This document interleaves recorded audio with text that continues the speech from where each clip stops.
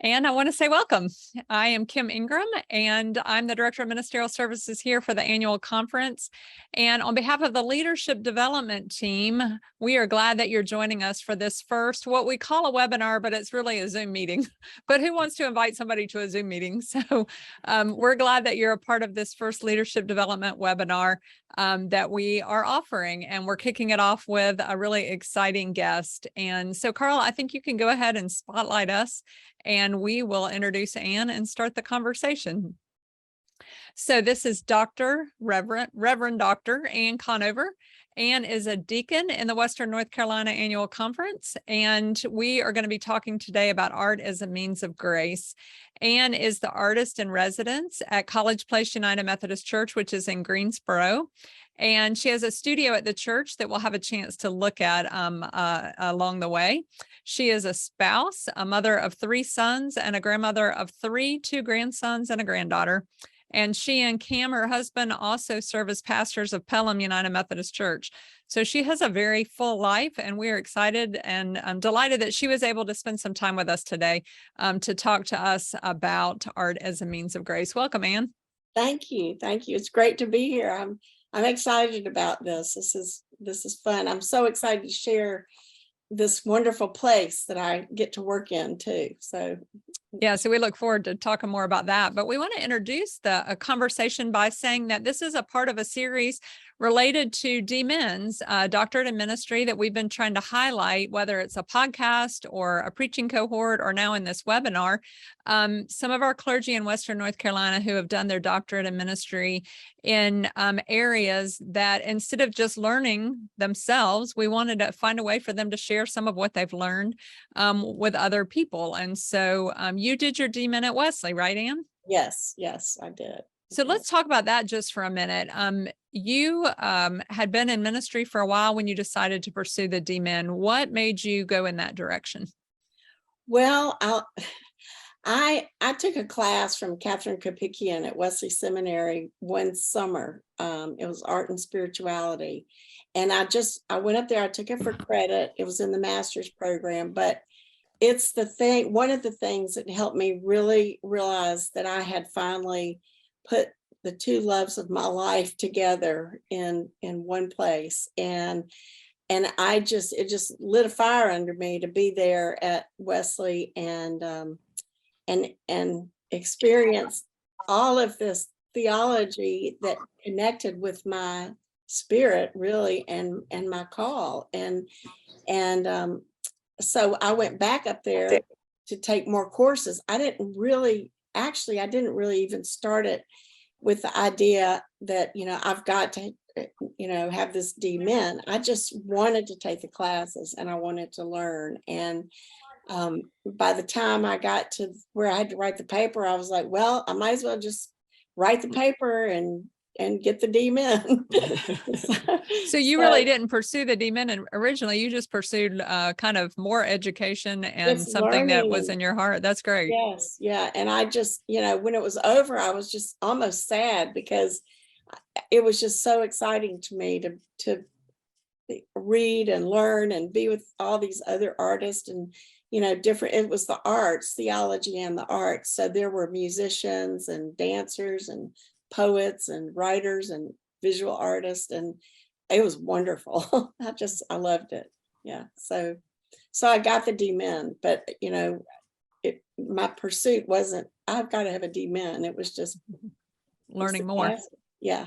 Yeah. So in that program, you get somewhere down the journey and you have to choose a topic for a dissertation or something you want to do a deep dive in and learn a little bit more about.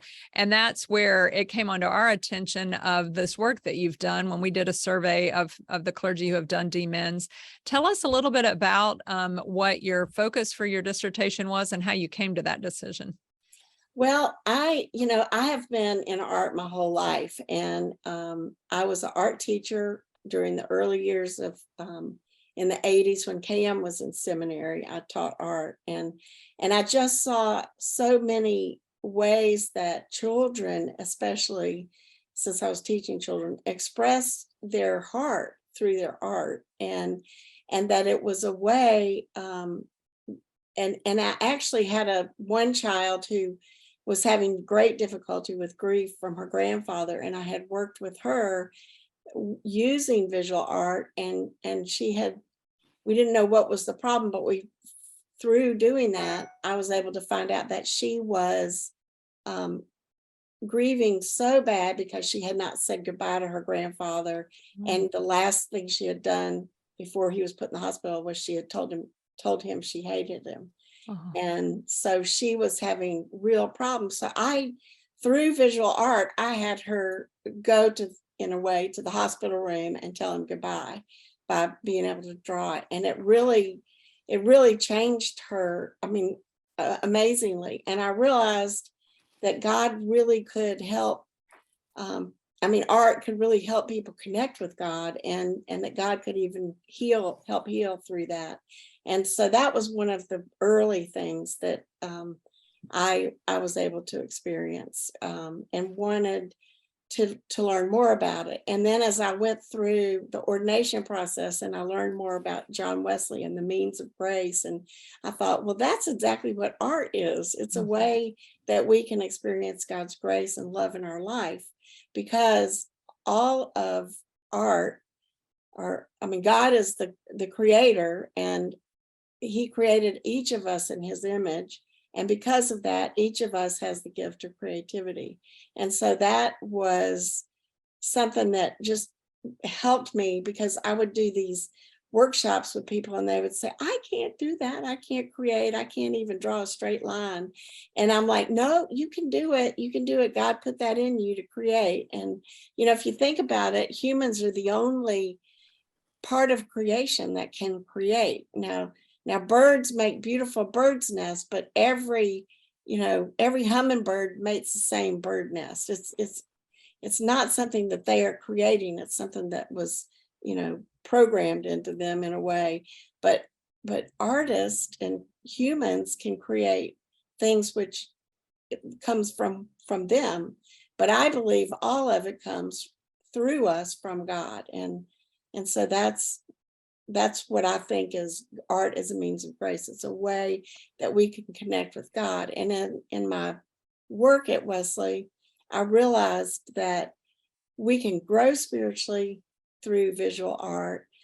We can encounter the holy, but we can also build community. And that's what I did. I just, that was my program, is that we connect with God, and we create community, and we grow spiritually through creativity. And the reason I think community is built into that is because when we're creating art and when we share it, we're being vulnerable, because it's very difficult for many people to share their visual art and what they've created, because I always say it's kind of like taking my heart out of my chest and holding it in my hand and saying, have a look at my heart, because it's that personal and that much of who I am. And so to share art causes you to be vulnerable, but being vulnerable in a group creates community. And so that's one reason I love doing workshops, because people and churches too, because they can come to this workshop without having any art experience, but everybody ends up creating something and sharing it. So when I was doing the D-Min, I actually, for one of my projects, I did a program for the executive board of the United Methodist Women. It was about 50 women, and I did a workshop using Lectio Divina to get them started. And as they we did the 4 readings of the Lectio Divina, and then I had them just do a torn paper collage of something that meant something to them from that. And I was so shocked, but I went around to the tables, and I was going to just ask if anybody wanted to share. Well, I went to one table and every person at that table shared, and I went to the next table, and by the end of the morning, every single person in there had shared what they had done. And it was amazing to see how they connected. And all of the people, I did a survey afterwards, and they all said that they felt that they had connected with God, and that it had enhanced their feeling of community. Yeah, and So I bet some of them came to that workshop saying that they don't have any creative artistic gifts, because I really resonate when you said that. It reminded me of a Christmas that my in-laws, we draw names, and we had agreed we would all make, well, we didn't all agree, some got pressured into it, but that we would all make the Christmas gift that year for the person whose name that we drew. And I would be one of those people that say, I have no creative gifts. What am I going to do? But then I made some meals and frozen for my sister-in-law. And while it wasn't necessarily, well, it definitely wasn't like Julia Child's, but it was something that I could do, that I could create, that I could show my love for my sister-in-law. And then that side of the family is really very talented. So there were some that were able to do some really special and neat things, but we could all do something. So I love that. It's a great reminder of that. and creativity is so many different ways. I mean, like you said, cooking is a wonderfully creative activity, an important one too. Right. One that we all can benefit from. Right, right.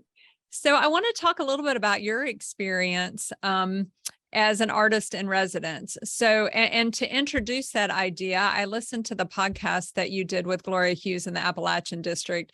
And I love the story that you talked about, kind of how your life was shaped early on in art. And so I wonder if you would tell us just a little bit about that. One of the first things you said was how you learned to spell turpentine. And I thought that was funny. Would you tell us about that? Yes.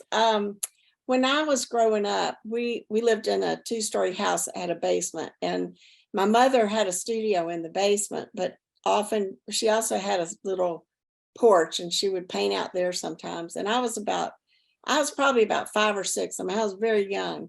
And she just said to me one day, she said, Anne, would you go down in the basement, and up on that shelf by your father's workbench, there's a can, and it's turpentine, and I'd like for you, can you bring it to me? And so she spelled it to me. She said, it's turpentine.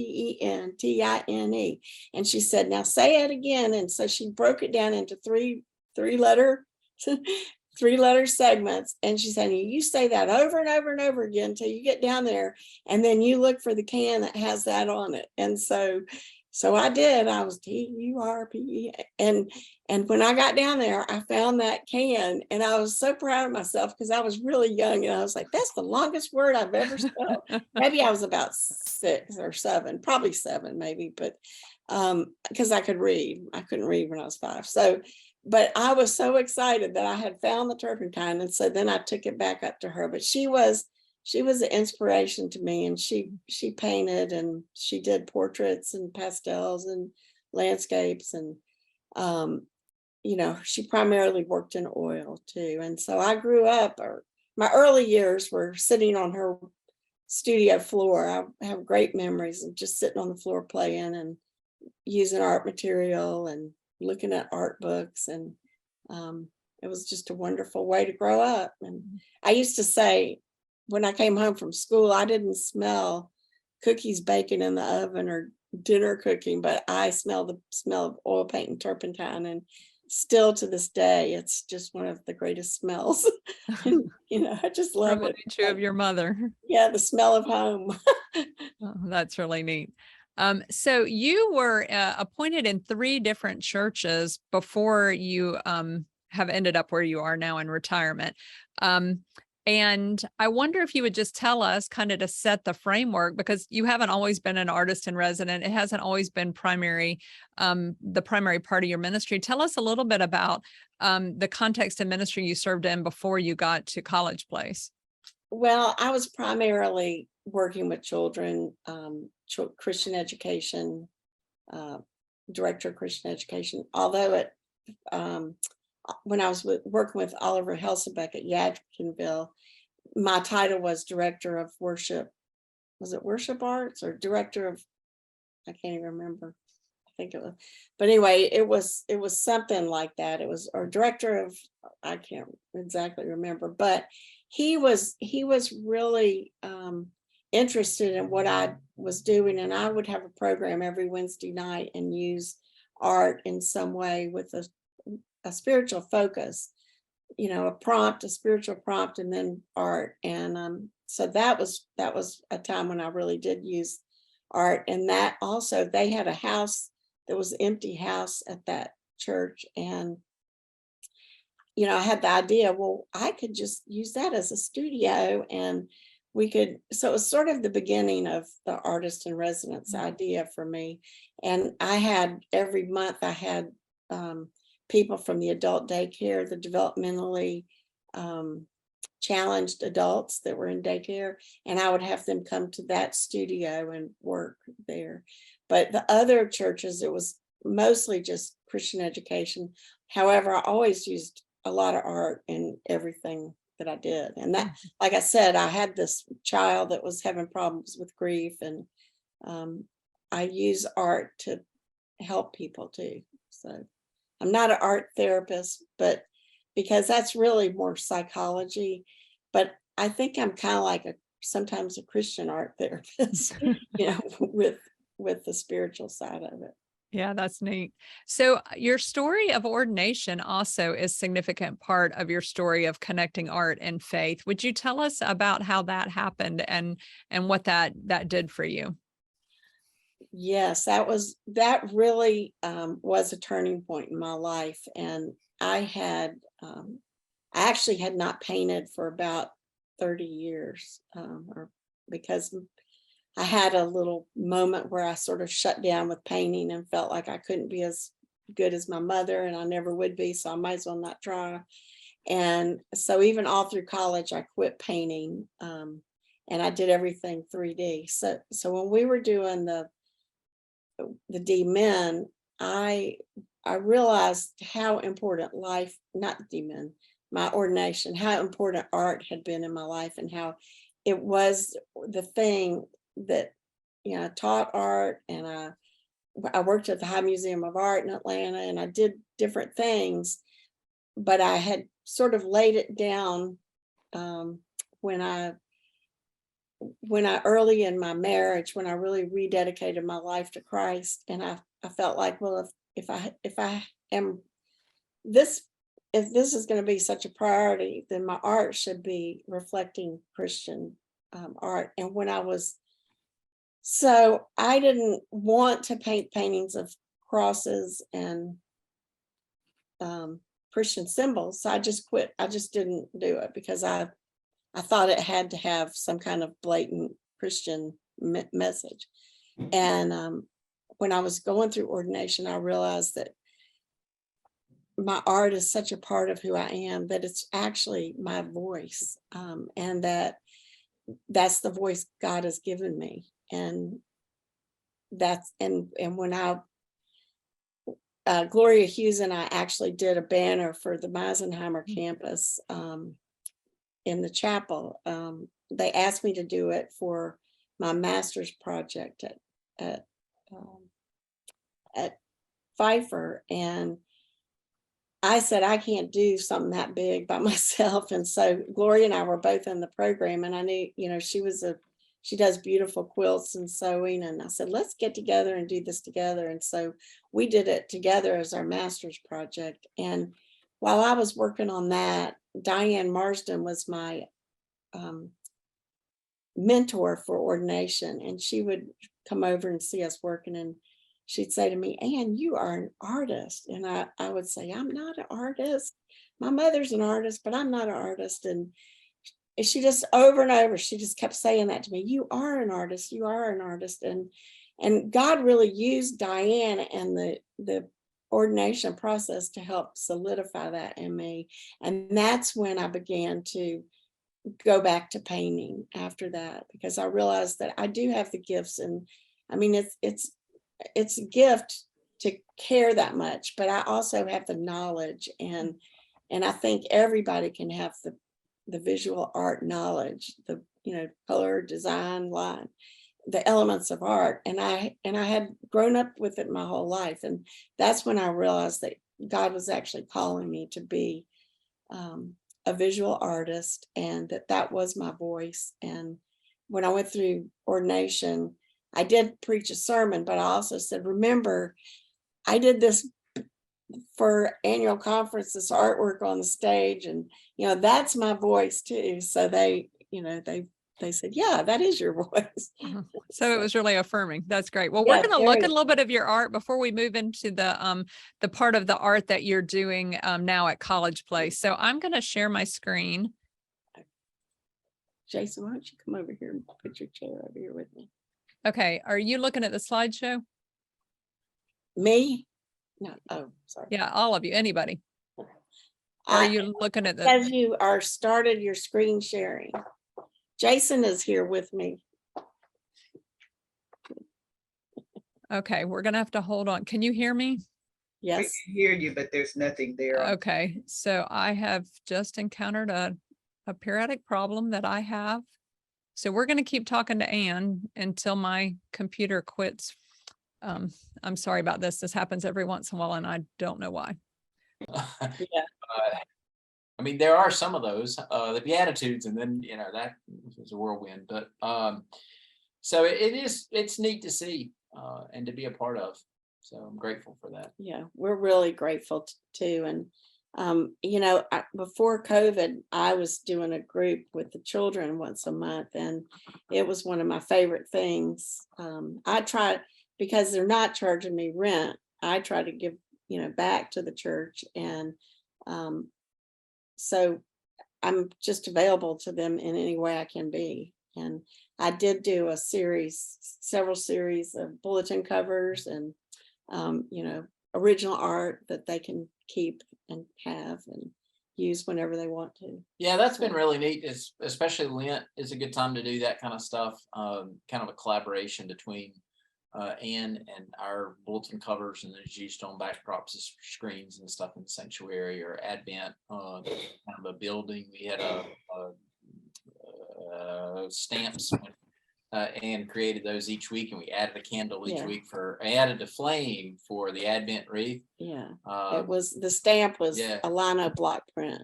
Yeah. So I always say Advent wreath's never a birthday cake. You don't keep adding candles each week. You already have the candles there. It's anticipatory. Yeah. So Anne we had to work that out. How do you add a flame to a little bitty cutoff? But anyway, those are fun things that you get to do, and partly have theological fun with art. Yeah. If that's such a thing that's possible. But we try to work through things, which is neat. Yeah. So I'm back, friends. I'm sorry about that. My computer froze up and shut down, but you didn't need me. I realized that. I do want to introduce the questions in the chat because it fits with the conversation you're having right now. And one of those is College Place, of course, is right there, I think by UNCG and Greensboro College. And Laura asks if there have been ways that you've been able to use art to connect with the college students that are close by. Well, the number one way I think that I have been able to use it is through the Weatherspoon Museum, we were able to connect with many of the art students at UNCG, and they have been very happy to model for us on Mondays. Every Monday I have a portrait group that is here from 1:30 to 4:30. And so I'm getting a model every week. It's, every single week I have a model. And so these students got in touch with me, and they gave them the information. They got in touch with me. And so I've had about probably 15 or 20 college students that have modeled, and that we have connected with, and that have repeatedly come to model. And some have joined us on Monday afternoon, although many of them have classes on Monday afternoon, but they know that they're welcome to come to our group anytime on Monday to draw. So that's been a really great connection. And both with Robert here, all of a sudden I'm drawing a blank on his last name. Robert Brewer. Greensboro Greensboro College. He's the chaplain there, and some other, I think he's a professor too. But anyway, he has connected us with some Greensboro students too. So that's been a great thing that we have. Our model today is a graduate of UNCG who was modeling for us during her time at UNCG, and she lives nearby, so she comes back and models.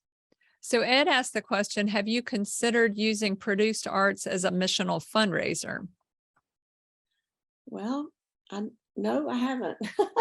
But that's a great idea. You mean like like to make a print or something, Yeah. do a print of a piece of a Yes. painting or something? Yes, and- ma'am. Do a print of a piece, and then use that as a means to create funds, like through, say, a mission auction, where Yeah, people can bid on stuff, and then you can take that and put it back in the program, and or put it back into some other aspect of mission. that's a great idea, I think.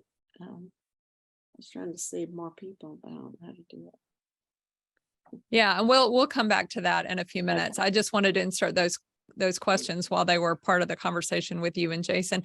Now, you may have said this, but your art does sometimes generate some revenue for the church as the artists come in, right? Well, what we do with our group is every week we have to pay a model. So what I do is everybody has to pay $10 that comes to draw. And if we have 10 people, then that's $100, but we pay the model $50. So we put the $50 in what we call a kitty, and we keep that. And then if one week we have only 3 people here, I have money I can pull from to pay the model.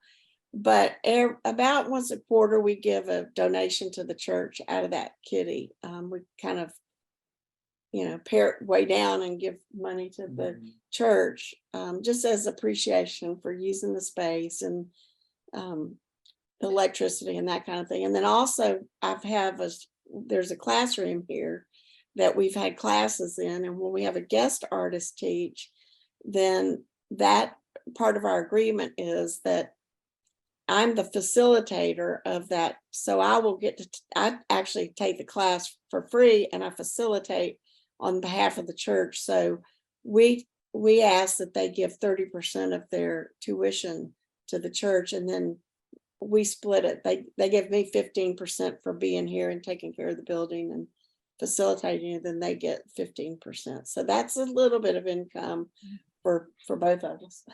It's a little bit, but Yeah, it's not, we're not gonna open a bank account. with No. Nothing but, I mean, it pays for a few tubes of paint.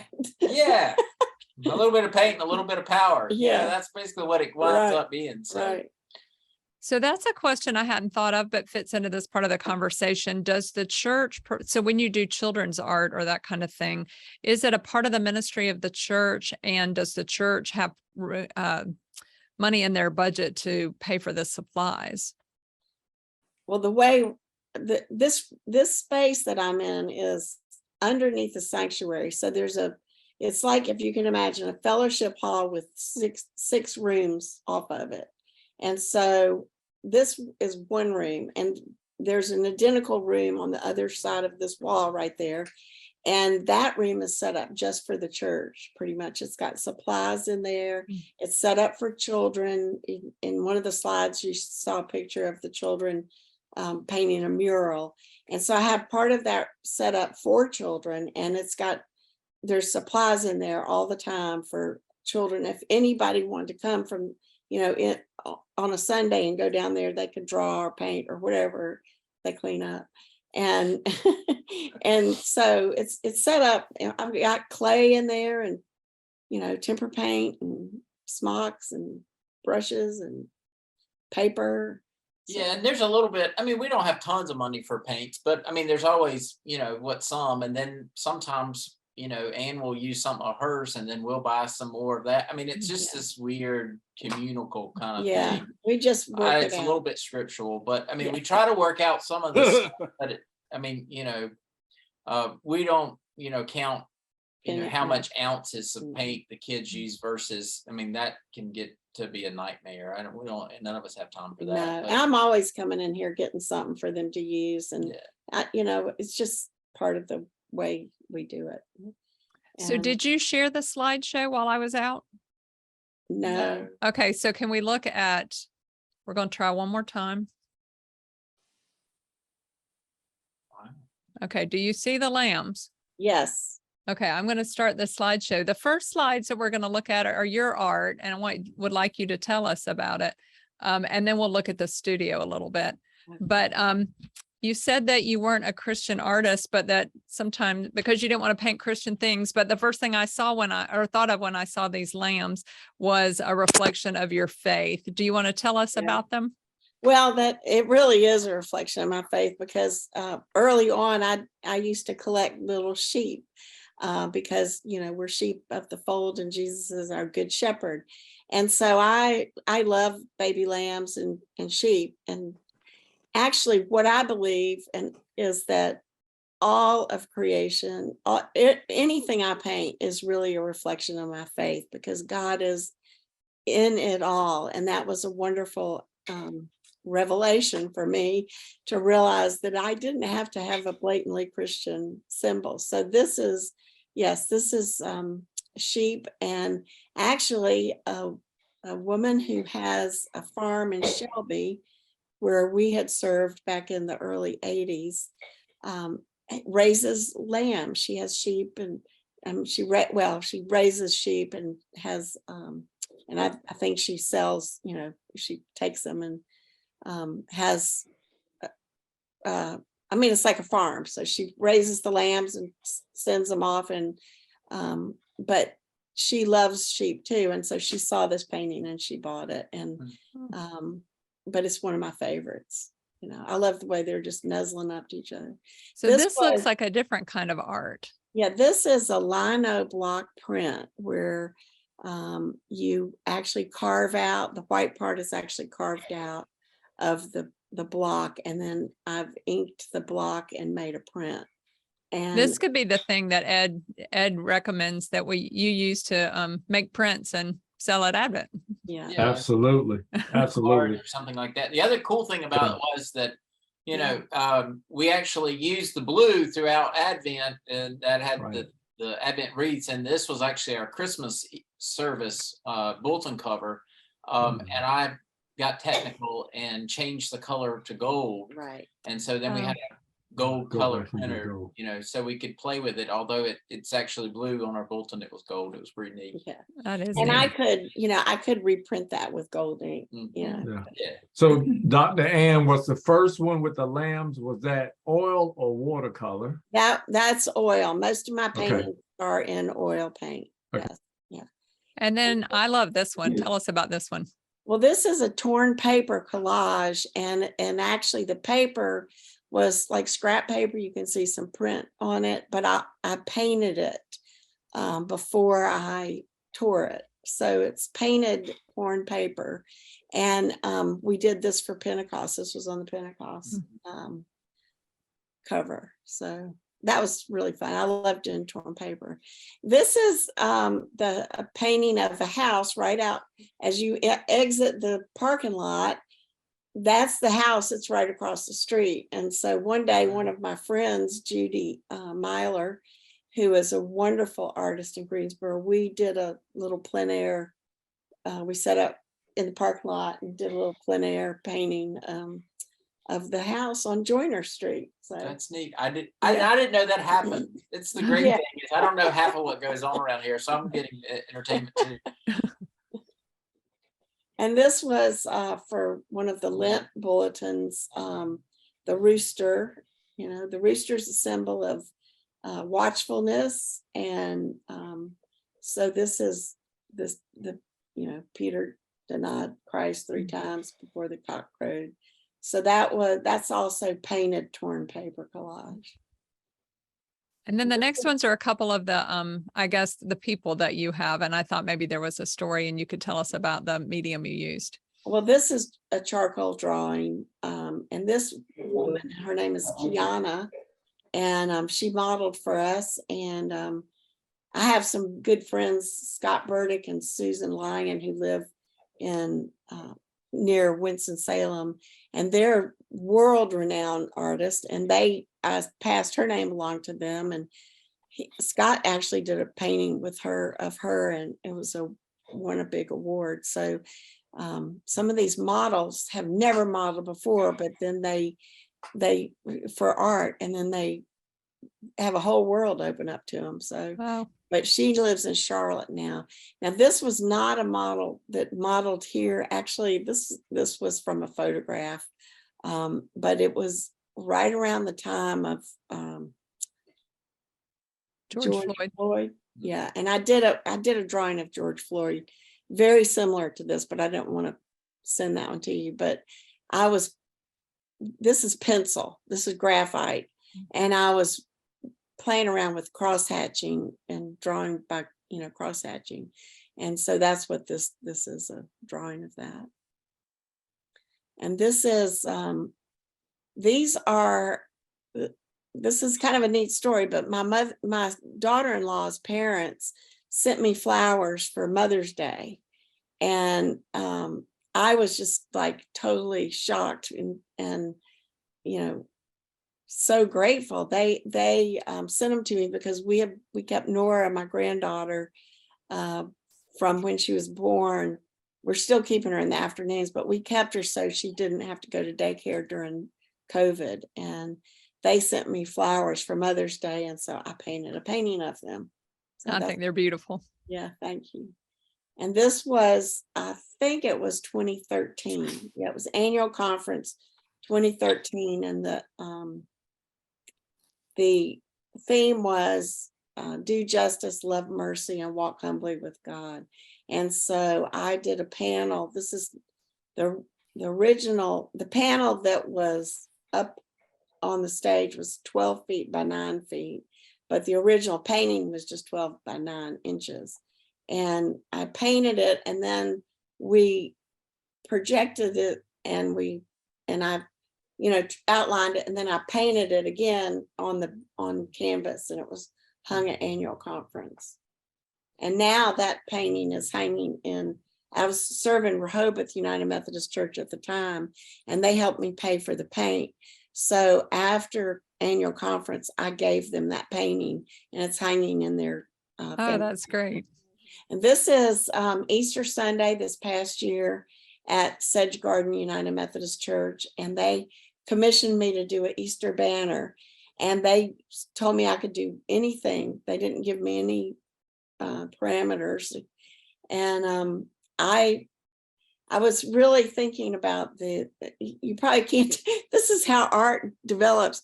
The thing that I was really thinking about, that I just was in love with as far as the Easter idea, was the sunburst at St. Peter's in Rome. It's the Bernini, it's an altarpiece. And I wanted to have that big burst of light, but I couldn't figure out how to do it. And so I began thinking about ways to do the oval and have the rays of light.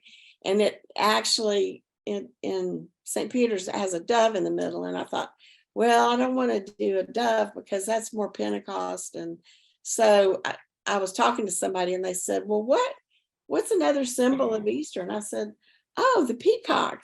And they were like, the peacock really is a peacock. And the peacock is an ancient symbol of resurrection. And so I said, well, I'll just be different, and I'll put the peacock in the oval, but I couldn't do the rays of light because it just looked too much. So I did a peacock, and they loved it. And they, it goes really beautiful in their sanctuary because it's got a lot of color and a lot of turquoisey color. So It is beautiful. So the rest of the slides are more about your studio and the art that you do. So will you tell us a little bit about them? Well, this is a landscape from a farm in Anson County, where we served there in the early 90s. And this family commissioned me to do a landscape of the farm. So that's...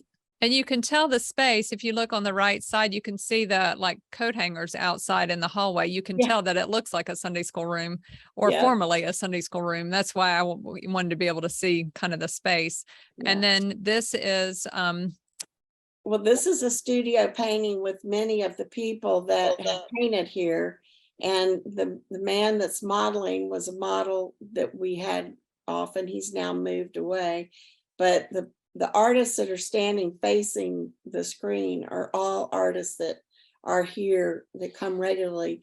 And that the guy that's facing them is Tom Edgerton, and he is very important in my life because he helped me get back into painting. And this is actually, I didn't realize it until after I sent it, but because I have a picture of him here at this studio painting, but this is actually at a studio in Greensboro that's not the studio by accident. But this is all right. our studio, and this is one of our models who is she's a Mexican dancer, and she's a Mexican descent, and she came in full costume one day. And so that's my painting, not finished, but my painting of her that we do. We only have 3 hours, so that's a 3-hour painting from when she modeled. This is a group. This is the reason it's the same model that was in that one that I got mixed up.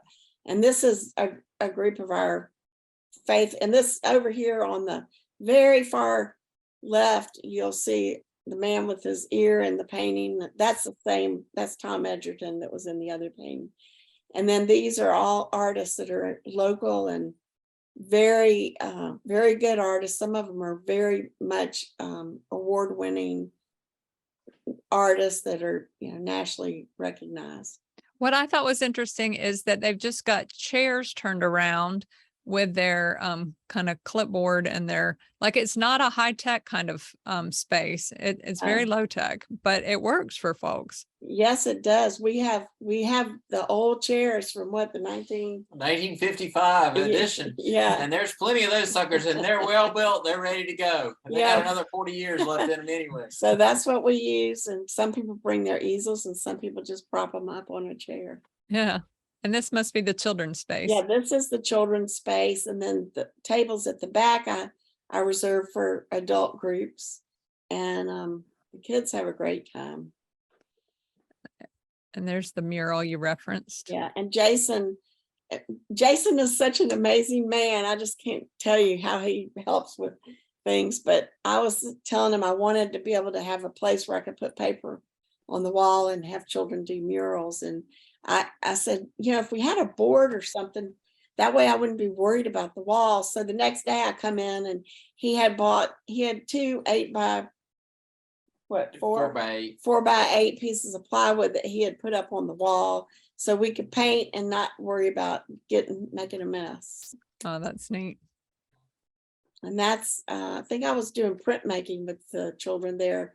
That's jelly printing, where you print on a gelatin surface, and the kids loved it. And then tell us about this space. Is this part of the your office kind of church space? Yes, it is. I'm gonna just yeah, it is. This is the big office chairs where I'm sitting right now. So behind me is my working part of the studio, and this sitting area looks nicer than that now. But I decided that we needed a place for to talk and to meet with people, because almost every week I have somebody that just kind of decides they need to talk to me and want me to pray for them or whatever. So it's an area where we can come to talk. And I had hoped, and I still am planning to do that, but to have some book studies and things in here. And and then this is sometimes the preacher runs down here and hides from everybody else when nobody's here. That's also, I won't tell, don't miss me. That may be where I am. It's a very this is a piece of play, a place of peace. I mean, it's quiet. It's very quiet. It's very comfortable, and it's just a lovely space. And it's, my dissertation was art as a means of grace. So this whole area here in this church is called Space for Grace. And so it's Space for Grace Studio. And so what if you aren't talented? What if you really are interested in bringing in art to the church or using arts in a variety of ways, but you don't have the kind of talents you do?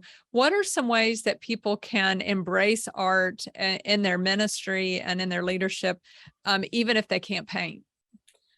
Well, like I said, I think everybody has the ability to create. And I would say if they wanted to bring in visual art, that they could invite a visual artist to, even if they had a artist for a month in their church, like giving them a place to paint. But also there's a lot of things you can do that engage people in art activity that require no skill or no, that's why I love doing the torn paper collage with a group of people, because it's very free because you're tearing the paper. So you can't be precise and you can't get uptight about whether it's right or not. And usually when I do that with a group of people, somebody always asks me for a pair of scissors. And I'm like, no scissors, you have to tear it.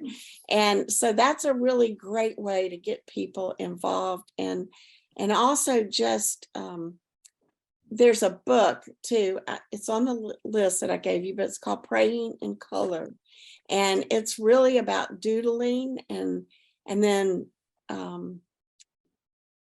I should have reviewed it a little bit more, but it's about doodling or putting a word down. Like if you're whatever you're praying about, say your car is broken down, so you just write down, finances, you need finances, and then you can draw a picture using those letters and curlicues and doodles, and you can pray while you're doing it, or just connect with God in some way through that. So there's many ways of doing that. Clay and Play-Doh, they're all things. With the children and printmaking, I got the styrofoam meat containers, and you can draw in those with a popsicle stick, and you can ink it and make a print. So there's many simple ways of doing that. And I'd be happy to help anybody that wants to do that. But one of the things that I think is really wonderful is if you just invite a local artist to come and do something. Thank you. So I'm going to go back to a couple of things you just referenced at the end, but before we run out of time, Ray Morgan and Ray is a local pastor serving at Delta in Sandy Ridge, and he and I were talking, by email last week, and he had an experience of art and grace, and I invited him to just share his story with us before we close out today. So Ray, would you there we go. We got you spotlighted. Just tell us about how God's been working through art and your life, if you would. Thank you, Kim. Thanks for the invitation to be here. And what you're saying resonates with me so clearly. I had been in the commercial world, the secular world, as an advertising and marketing salesperson for the better part of 30 years. I always felt that I had a creative side, but I never found a medium that worked for me. I finally quit fighting, answered my call, went into the ministry, and as soon as I started with my first full-time appointment, one of my parishioners came up and said, I teach a stained glass class. I bet you would really enjoy this. Why don't you come take the class? In fact, I'll just sponsor you. Come on, take my class. So I did. We hear from scripture that every good and perfect gift comes from God. To me, stained glass has been that good and perfect gift that I didn't receive until I was obedient to my calling. And once I was like, all right, Lord, I'm gonna follow you. I'm gonna let go of everything I'm doing. I'm gonna follow you into the ministry. Then I was given this amazing stained glass. And I've had so many people give me tools, give me glass. I've probably got $10,000 to $15,000 worth of glass right now in the parsonage basement. Some of it I purchased, some of it, none of it was at full price. It was just amazing the way that God has done this. But the process of making stained glass, there's so many little steps, and it's a meditative process for me. It actually brought me closer to God. And during COVID, it gave me something to do. I mean, to think that I got this just before COVID hit. So I had a way of channeling my creativity. My prayer has been that whatever pieces that I'm making, that it brings people closer to God. I made a box out of stained glass, and a friend of mine bought it. And then she called me back a month later and said, you know, my grandmother had just passed away. And we set that box in the middle of the table and put a candle in it. And it immediately reminded all of us of the church where she had attended, and they had the beautiful stained glass windows. And it led to a conversation. And before it was all over, we were crying and praying with each other. All of that over a stained glass box, just a bunch of glass and solder. Really? Art is one of the means of grace. The fact that, like you said, God created, so creativity is in us. So for me, it's really been a blessing to be able to continue to do this work like the one you see here behind me. It's just remarkable what God will do for us. Thank you, Ray, for sharing your story. And I look, and I know there are other people that are with us today that I've seen some art that they've done, and the talent that just fills the Western North Carolina Conference is super exciting. And I encourage us to find other ways to utilize our art in our ministry and in our communities, because I think it really can make a difference. It really does, as Anne said, connect people to God in ways that we so often use words. We think we have to write words and say words, and it really goes beyond words. So that's neat. I want to give you just, Anne, before I mention the resource list and the follow-up conversations, a last word. Okay, well, I thought I would just quickly turn my laptop around so you can see the part. I don't know if you can see. Yeah, it's a really nice size space. It really Yeah, is lovely. so that's the part that looks better now than it did in the picture. But I just encourage you to, I know I hadn't been able to see, but I've looked at who is present with us, and I do know that many of these wonderful people enjoy art and enjoy creating. And I think when I did I'll just say this real quick, when I did the program for the Methodist, the female clergy right after COVID, I think it was last February, I was talking about getting into the flow, and the flow is when you forget where you are, what time it is, how long it's been. You know, you sit down and you paint or you do something, and all of a sudden 4 hours has passed and you haven't taken a sip of water. You know, you just have lost yourself. That's called the flow. But it actually is when you get out of the I think it's the prefrontal cortex. It's like, they call it like the librarian of your brain and your life, you know, telling you what to do and when to do it. And you get into another part of your brain, and it actually just relaxes you and helps you almost like restore, you know, part of your brain, or give it a break, I guess. I don't know all that terminology, neuro terminology, but I just encourage you to spend time doing that and creating, whether it's stained glass or cooking or anything that can give you, I mean, I believe, you know, working on a car can do that. You can just lose yourself in it, and it has a restorative effect on your life. And so, and it also, for me, it is a way I connect with God. I know that God is working in me and through me. And sometimes I'll do something and I'll be like, wow, where did that come from? And I know it's from God. I know it. And I believe if I do a landscape painting, I'm just reflecting God's beauty and trying to say to somebody, stop and look at this beauty. And this is where it came from God. And Well, you are a co-creator with Christ, Anne, and we certainly appreciate you sharing that with us today. I put in the chat, but I will send everyone a list of the books that Anne has recommended and some articles that I have collected over the last couple months in preparing for and thinking about this. Also, Anne is willing to do a deeper dive with anyone that wants to talk through and think about how you might use art in your ministry or in your church. And so she has set aside an hour next Monday and an hour the following Monday. And I will also send you Zoom links to join either or both of those conversations if you want to have more conversation with Anne and really do a deeper dive about how that would work for you. Thank you so much for everyone who joined us on this webinar, and we pray God's blessings for you as you go about your week. Thank you, Anne. Thank you, Thank Jason. you. Thank you, Ray. great. Thank you so much. Thank you.